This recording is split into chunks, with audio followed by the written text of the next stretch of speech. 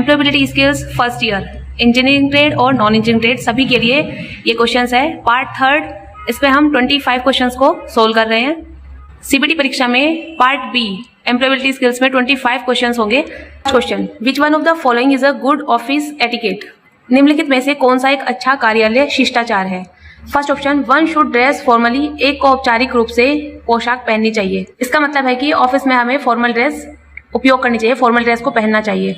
तो ये ऑप्शन तो सही है, बाकी ऑप्शन भी देख लेते हैं। सेकंड ऑप्शन है one should not be punctual to work, हमें अपने काम के लिए समय का पाबंद नहीं होना चाहिए। ये तो ऑफिस एटिकेट नहीं है, ऑफिस के लिए एक शिष्टाचार नहीं है कि हम अपने काम के लिए पंक्चुअल ही ना हो, तो ये ऑप्शन गलत है। थर्ड ऑप्शन दिया है one should have fancy mobile ringtone. अब ऐसा नहीं है कि ऑफिस के अंदर रहते हुए हम फैंसी मोबाइल रिंगटोन का यूज करें। सही तो ये है कि ऑफिस के अंदर हमारा फोन वाइब्रेट पर रहना चाहिए या साइलेंट होना चाहिए, कोई फैंसी मोबाइल रिंगटोन नहीं होनी चाहिए। तो थर्ड ऑप्शन भी आंसर नहीं है। फोर्थ ऑप्शन दिया one should later one's work place, अपने जो वर्क प्लेस है उसको गंदा करके रखना चाहिए, ये ऑप्शन भी नहीं है। तो एक office etiquette, good office etiquette में क्या आता है कि हमें फॉर्मल ड्रेस पहननी चाहिए, ऑफिस के अंदर फॉर्मल ड्रेस पहन के रहना चाहिए। तो इन ऑप्शंस में फर्स्ट ऑप्शन एक सही आंसर है। Second question, word that is pronounced the same as another word but differs in meaning is called. वे शब्द जो किसी दूसरे शब्द के समान होता है लेकिन अर्थ में भिन्न होता है उसे कहा जाता है। यहाँ हमसे क्वेश्चन पूछा गया है कि जो वर्ड्स सुनने में सेम होते हैं और उनके अर्थ भिन्न होते हैं उनको क्या कहा जाता है। जो वर्ड सुनने में सेम होते हैं और अर्थ उनके भिन्न होते हैं उनको होमोफोन कहा जाता है। जैसे एग्जाम्पल से हम समझ सकते हैं देयर देयर, जिसमें स्पेलिंग्स अलग है लेकिन उनको उच्चारण सेम हो रहा है। जैसे सी मतलब देखना और सी मतलब समुद्र, स्पेलिंग भी अलग है और अर्थ भी अलग है लेकिन उनका जो प्रोनाउंस हो रहा है, जो उच्चारण हो रहा है वो सेम हो रहा है, तो उनको होमोफोन कहा जाता है। तो फर्स्ट ऑप्शन एक सही आंसर है। सेकंड ऑप्शन दिया होमोग्राफ। होमोग्राफ वे वर्ड होते हैं जिनको सुनने में भी और लिखने में भी समान होते हैं लेकिन उनका अर्थ भिन्न होता है। जैसे बैट, स्पेलिंग सेम है, उच्चारण भी सेम हो रहा है लेकिन अर्थ भिन्न है। बैट मतलब बल्ला और बैट मतलब चमगादड़। जैसे लेटर मतलब होता है पत्र और दूसरे लेटर का मतलब होता है अल्फाबेट्स, जो हमारे अल्फाबेट होते हैं। तो इनकी वॉइस तो सेम है और स्पेलिंग भी सेम है लेकिन अर्थ भिन्न है, तो वो होमोग्राफ कहलाते हैं। थर्ड ऑप्शन दिया है डिप्थोंग। डिप्थोंग संयुक्त स्वर, एक ऐसा साउंड होता है जिसमें एक ही शब्दांश में मतलब एक ही सिलेबल में दो स्वरों के संयोजन से साउंड बन रहा है। जैसे माई लिखते हैं उसमें ए आई, दो स्वरों के संयोजन से हमें एक साउंड मिल रहा है, वो डिप्थोंग कहलाता है। ये आंसर भी नहीं है। फोर्थ ऑप्शन दिया है शब्दांश, सिलेबल उच्चारण की एक सबसे छोटी इकाई होती है, उसको हम शब्दांश कहते हैं। तो फोर्थ ऑप्शन भी आंसर नहीं है। Next question, dash can help me learn English, मुझे अंग्रेजी सीखने में मदद कर सकता है। फर्स्ट ऑप्शन दिया है डेडिकेशन, निष्ठा अगर हमें होगी इंग्लिश सीखने की तो हम सीख सकते हैं। तो फर्स्ट ऑप्शन एक सही आंसर है, बाकी ऑप्शन देख लेते हैं। सेकंड ऑप्शन दिया है फियर, डर, अगर हमें डर है तो हम अंग्रेजी नहीं सीख सकते हैं। अंग्रेजी के हम कोई भी काम नहीं कर सकते हैं यदि डर है, तो सेकंड ऑप्शन आंसर नहीं है। थर्ड ऑप्शन दिया है एंगर, क्रोध, यदि गुस्से में है तो हम अंग्रेजी नहीं सीख पाएंगे, कोई भी काम नहीं सीख पाएंगे, तो थर्ड ऑप्शन भी आंसर नहीं है। फोर्थ ऑप्शन दिया है शाइनेस, शर्म है तो भी हम किसी काम को नहीं सीख सकते हैं, तो अंग्रेजी सीखने में भी मदद नहीं होगी यदि हमें शर्म है, तो फोर्थ ऑप्शन भी आंसर नहीं है। यदि डेडिकेशन निष्ठा है हमें तो हम अंग्रेजी सीख सकते हैं, तो फर्स्ट ऑप्शन एक सही आंसर है। Next question, which punctuation mark should be use in the following sentence. एक सेंटेंस हमें दिया है उसमें किस मार्क का यूज किया जाएगा ये हमसे पूछा गया है। सेंटेंस है is there any site engineer here, कि क्या यहाँ साइट पर कोई इंजीनियर है, तो हमसे क्वेश्चन किया गया है। ऑप्शन देख लेते हैं। फर्स्ट ऑप्शन दिया है क्वेश्चन मार्क, फर्स्ट ऑप्शन एक सही आंसर होगा, बाकी ऑप्शन देख लेते हैं। सेकंड ऑप्शन दिया कोमा, हम यूज तब करते हैं सेंटेंस में अल्प विराम देना हो, तो सेकंड ऑप्शन आंसर नहीं है। थर्ड ऑप्शन दिया है फुल स्टॉप, फुल स्टॉप हम किसी नरेशन में यूज करते हैं, कोई सेंटेंस कंप्लीट हो रहा हो तो उसमें यूज करते हैं। यहाँ हमसे क्वेश्चन पूछा गया इसलिए क्वेश्चन मार्क आंसर सही होगा, तो थर्ड ऑप्शन भी आंसर नहीं है। फोर्थ ऑप्शन दिया है एक्सक्लेमेशन, ये होता है इसमें बोधक चिन्ह, ये चिन्ह भी हो सकता है, तो यदि हमने ये चिन्ह इसमें लगाया एक्सक्लेमेशन तो इस सेंटेंस को पढ़ने का या इस सेंटेंस को समझने का तरीका अलग हो जाएगा, पर यहाँ जो सुटेबल है, जो सही हमें आंसर लग रहा है वो क्वेश्चन मार्क होगा, तो फर्स्ट ऑप्शन एक सही आंसर है। Next question, when is capital letter use, बड़े अक्षर का प्रयोग कब किया जाता है। बड़े अक्षर का यूज हम किसी प्रॉपर नाउन में करते हैं या कोई सेंटेंस जब शुरू किया जाता है तो उस सेंटेंस को शुरू करने में हम बड़े वर्ड का यूज करते हैं, कैपिटल लेटर का यूज किया जाता है। या आई, यदि हम आई लिख रहे हैं, आई एक प्रोनाउन है लेकिन आई को भी हम कैपिटल लेटर में ही लिखा जाता है, तो ऑप्शन देख लेते हैं। फर्स्ट ऑप्शन दिया बिगिनिंग ऑफ अ सेंटेंस, एक वाक्य की शुरुआत की जा रही है तो बिग लेटर मतलब कैपिटल लेटर का यूज किया जाएगा, तो फर्स्ट ऑप्शन सही है। सेकंड ऑप्शन दिया नेम ऑफ पर्सन्स, किसी व्यक्ति का नाम एक प्रॉपर नाउन में है, तो सेकंड ऑप्शन भी आंसर सही है। नेम ऑफ प्लेसेस, किसी स्थान का नाम, जैसे दिल्ली, आगरा या सहारनपुर, इसमें हम फर्स्ट लेटर को कैपिटल लेटर लिखते हैं, तो थर्ड ऑप्शन भी सही है। फोर्थ ऑप्शन दिया ऑल ऑफ द अबव। तो ये सारे ऑप्शन सही हैं। किसी वाक्य की शुरुआत हो रही हो तो हम कैपिटल लेटर का यूज करते हैं। किसी पर्सन का नाम लिखा जा रहा हो, जैसे अपना नाम लिखना हो तो हम कैपिटल लेटर का यूज करते हैं।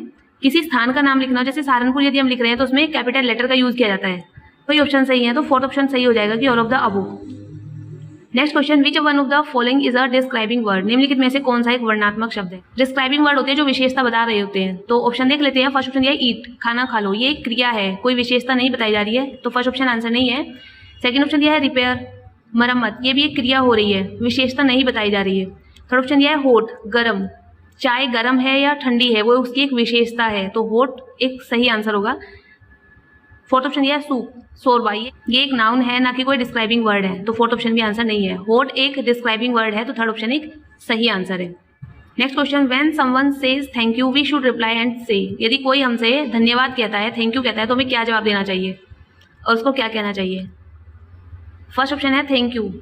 यदि हमें कोई थैंक यू कहता है तो हम उसे थैंक यू नहीं कहते हैं, तो फर्स्ट ऑप्शन आंसर नहीं है। सेकंड ऑप्शन है यू आर वेलकम, आपका स्वागत है। सेकंड ऑप्शन एक सही आंसर है। यदि कोई हमें थैंक यू कह रहा है तो हम उसको यू आर वेलकम कह सकते हैं। थर्ड ऑप्शन यह है बाय बाय। यदि कोई थैंक यू कह रहा है उसको बाय बाय नहीं कहते हैं, ये सही नहीं है, तो थर्ड ऑप्शन भी आंसर नहीं होगा। फोर्थ ऑप्शन यह हाउ आर यू। हमसे कोई थैंक यू कह रहा है तो हम उसे कह रहे हैं आप कैसे हैं, ऐसा नहीं कहते हैं। तो यदि कोई हमसे थैंक यू कह रहा है तो हम उसको यू आर वेलकम कहते हैं, तो सेकंड ऑप्शन एक सही आंसर है। नेक्स्ट क्वेश्चन है चूज द ओड वर्ड। विषम शब्द को चुनना है। फर्स्ट ऑप्शन दिया प्लीज, प्लीज मतलब रिक्वेस्ट करना। सेकंड ऑप्शन दिया सॉरी मतलब माफी मांगना। थर्ड ऑप्शन दिया पेपर, पेपर एक ऑब्जेक्ट है जिसको हम कागज कहते हैं।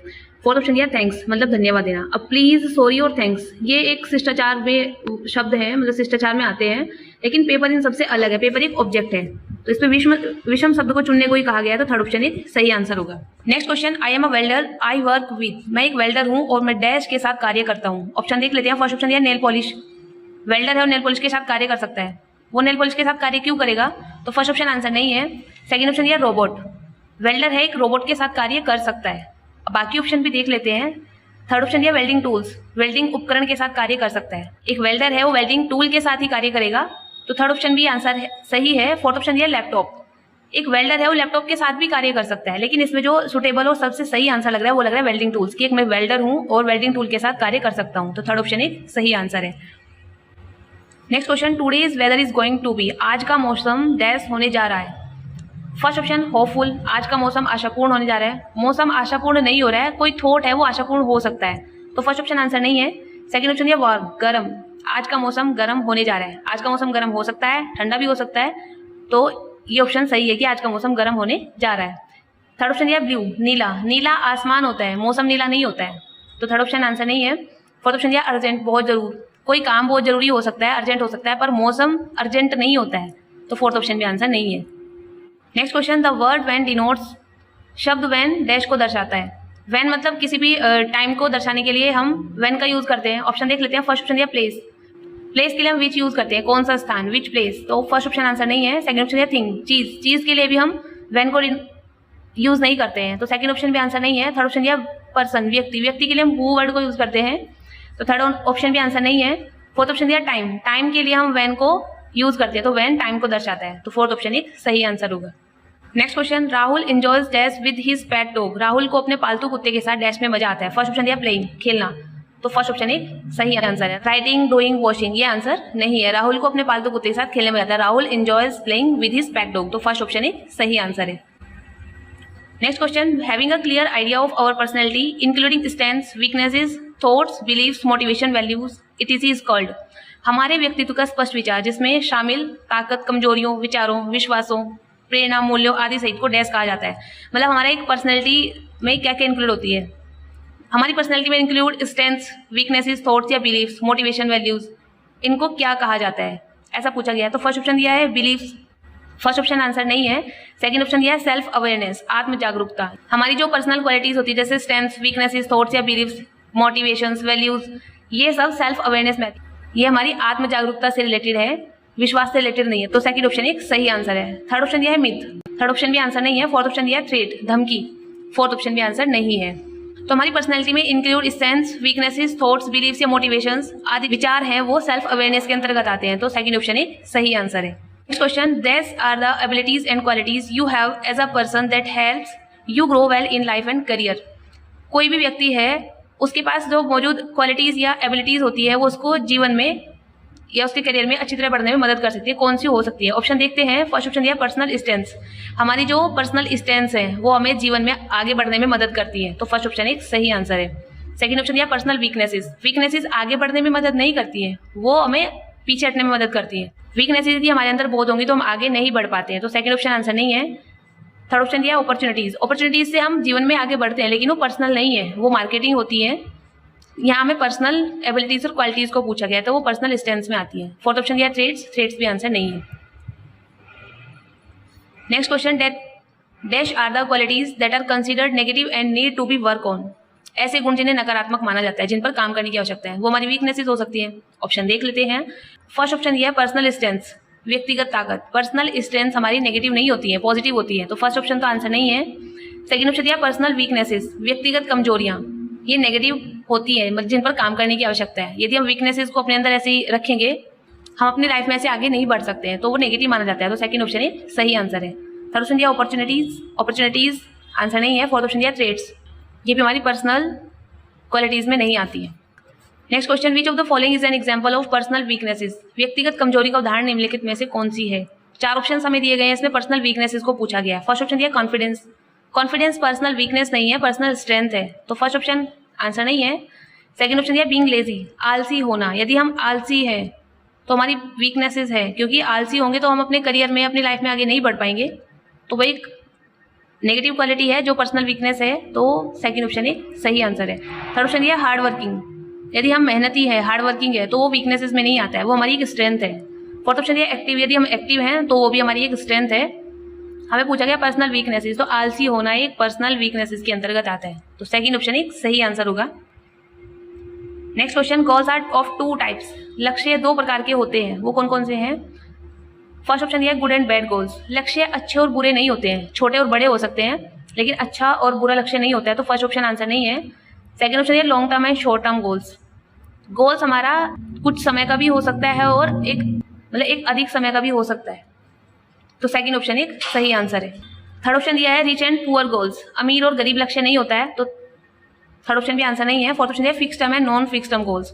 मतलब गोल्स फिक्स टर्म या नॉन फिक्स टर्म नहीं होते हैं, वो लॉन्ग टर्म और शॉर्ट टर्म हो सकते हैं, तो सेकंड ऑप्शन एक सही आंसर है। Next question, what is stress. तनाव क्या है?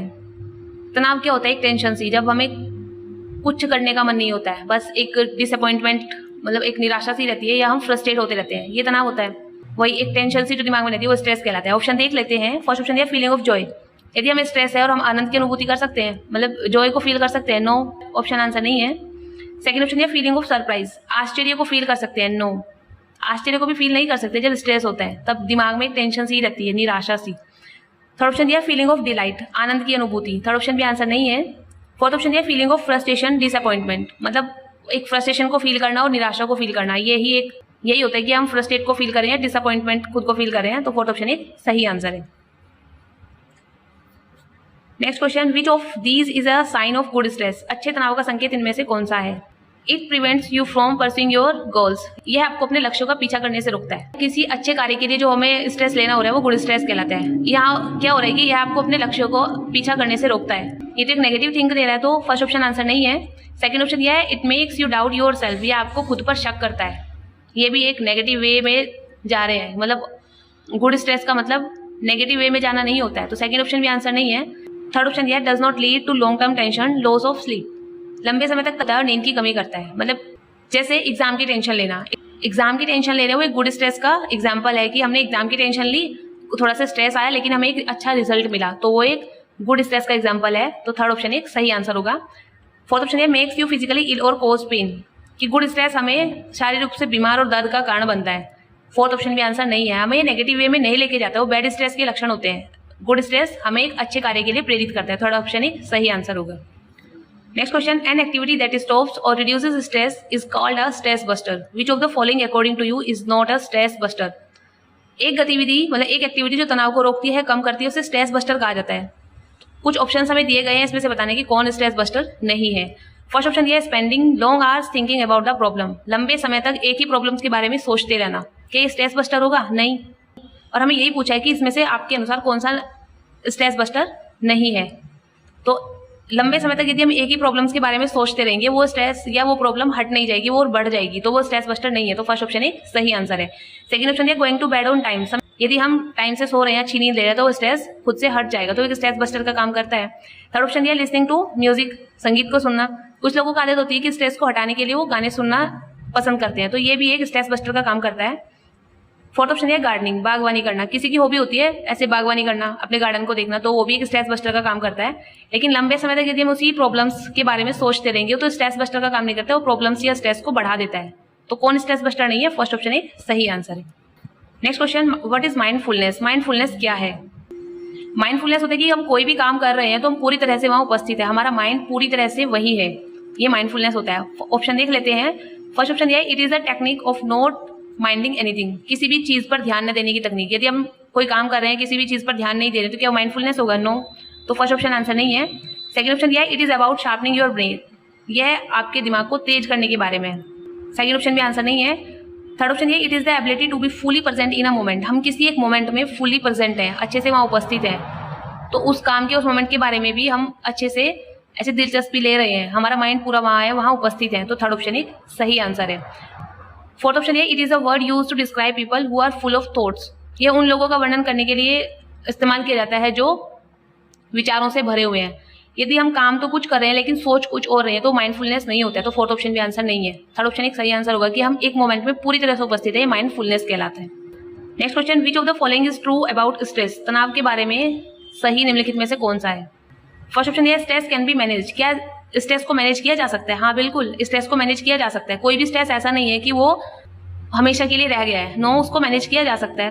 फर्स्ट ऑप्शन एक सही आंसर है। बाकी ऑप्शन देख लेते हैं।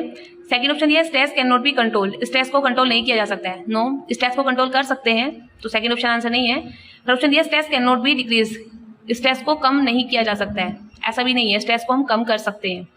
फोर्थ ऑप्शन ये, ऑल ऑफ द अबोव, तो ऑल ऑफ द अबोव तो नहीं है, इसने पूछा तनाव के बारे में क्या सही है, तो फर्स्ट ऑप्शन एक सही आंसर होगा कि stress can be manage, stress को मैनेज किया जा सकता है, तो फर्स्ट ऑप्शन एक सही आंसर है।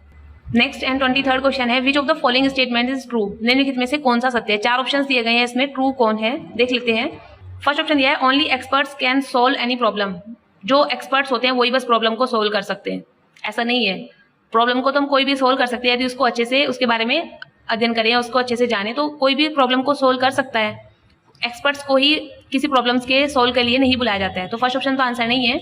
सेकंड ऑप्शन है, the more problems you solve the better you will get at problem solving, आप जितनी अधिक समस्याओं का समाधान करेंगे, समस्या को सुलझाने में आप उतने ही बेहतर होंगे। ये हो सकता है, हम जितनी प्रॉब्लम्स को सोल्व करते हैं तो हमें प्रॉब्लम को सोल्व करने को मतलब करने के तरीके आ जाते हैं, हमें पता होता है कि हम प्रॉब्लम्स को कैसे सोल्व कर सकते हैं, और जब तक हम प्रॉब्लम में उलझे रहेंगे तब तक हमें उसका सोल्यूशन समझ ही नहीं आएगा। तो सेकंड ऑप्शन आंसर हो सकता है। बाकी ऑप्शन देख लेते हैं। थर्ड ऑप्शन है, we need to pursue a cause to even solve a simple problem, कोई भी एक सिंपल प्रॉब्लम है उसको हल करने के लिए, उसको सोल्व करने के लिए हमें एक कोर्स करने की जरूरत है, तो जितनी प्रॉब्लम्स आएगी उतने हमें कोर्स करने पड़ेंगे, ऐसा संभव नहीं है, ऐसा नहीं होता है। तो थर्ड ऑप्शन भी आंसर नहीं है। फोर्थ ऑप्शन दिया है, it is not important to solve any problem, किसी भी समस्या को सोल्व करना जरूरी नहीं है, ये भी सही नहीं है। तो क्या सही है कि हम जितनी प्रॉब्लम्स को सोल्व करेंगे उतना हम और प्रॉब्लम्स को सुलझाने में, उनको सोल्व करने में बेहतर होंगे, तो सेकंड ऑप्शन एक सही आंसर है। Next question, which of these should be considered while making decisions? निर्णय लेते समय इनमें से किस पर विचार किया जाना चाहिए? फर्स्ट ऑप्शन ये, योर मूड, तुम्हारा मिजाज, मतलब हमारे पर्सनल खुद के लिए डिसीजन लेने को नहीं किया जा रहा है। आईटीआई में हम एम्प्लॉयबिलिटी स्किल्स को पढ़ रहे हैं, तो एक पूरे ग्रुप या पूरे कम्युनिटी या पूरी टीम के लिए बात हो रही है। तो फर्स्ट ऑप्शन दिया है योर मूड, मतलब हमारे मूड को देखते हुए हम किसी डिसीजंस को लेंगे, ऐसा पर्सनल अपने लिए तो हो सकता है लेकिन पूरी टीम में नहीं होता है, तो फर्स्ट ऑप्शन तो आंसर नहीं होगा। सेकंड ऑप्शन है, चॉइसेस ऑफ योर फ्रेंड्स, दोस्तों की पसंद से हम कोई भी डिसीजन ले, सेकंड ऑप्शन भी आंसर नहीं है।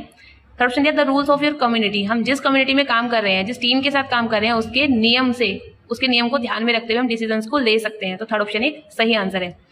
फोर्थ ऑप्शन है योर पर्सनल प्रायोरिटीज, आपकी व्यक्तिगत प्राथमिकता, ये पर्सनल डिसीजन के लिए हो सकता है लेकिन टीम या कम्युनिटी डिसीजन के लिए नहीं होता है, तो थर्ड ऑप्शन एक सही आंसर होगा कि समुदाय के नियम को ध्यान में रखते हुए हम डिसीजंस को ले सकते हैं। Last question, which of this is the full form of स्वॉट? स्वॉट का पूर्ण रूप क्या है? स्वॉट का पूर्ण रूप होता है एस मतलब स्ट्रेंथ्स, W मतलब वीकनेसेस, O अपॉर्चुनिटीज और T मतलब थ्रेड्स। तो ऑप्शन देख लेते हैं। फर्स्ट ऑप्शन है special wellness organisation theme, first option answer नहीं है। सेकंड ऑप्शन है speak work openly together, second option भी आंसर नहीं है। थर्ड ऑप्शन है strong world Olympic theme, third option भी नहीं है।